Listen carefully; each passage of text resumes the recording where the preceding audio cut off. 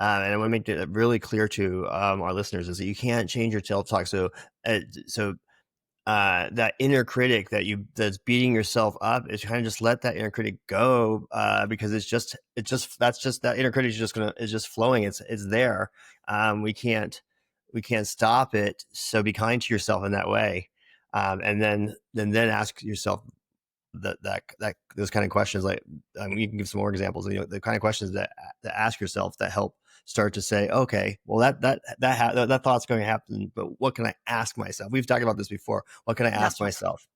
Yeah, yeah, that's such an important idea, is that it's not just what we're telling ourselves, because we tell ourselves a lot of stuff, yeah, we don't have control over. We have negativity bias, right? We look for, the stuff that's bad sticks. We also have a confirmation bias. So if we tell ourselves, so burned out, we're going to be looking for things that confirm that belief.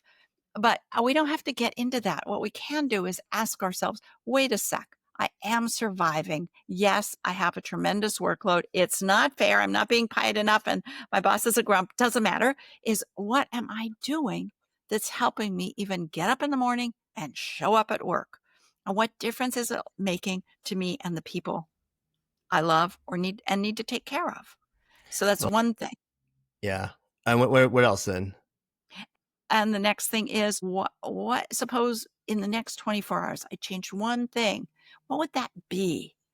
What could I do that would increase the likelihood or the chances of my feeling whatever that not burned out, and get a word for that. Let me interject. Oh, that's a great point. Yeah, instead of I don't want to be so burned out. Well, what do you want to be? And get the word that you do want, because not burned out, not stressed out, those are all avoidance goals. Those are what you don't want. But again, when you hop into the taxi and you tell the taxi driver, I don't want to go to the zoo and I don't want to go to the aquarium, they aren't pulling away from the curb because And they the don't zoo know. and the aquarium is stressed out and burned out. Exactly. Yes. Thank you for filling that in. So where do you want to go?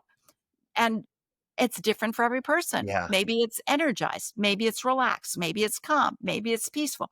Maybe it's happy. Maybe we don't know. It could be, if I weren't so burned out, I'd be able to be silly. Sometimes I used to be silly. I liked it.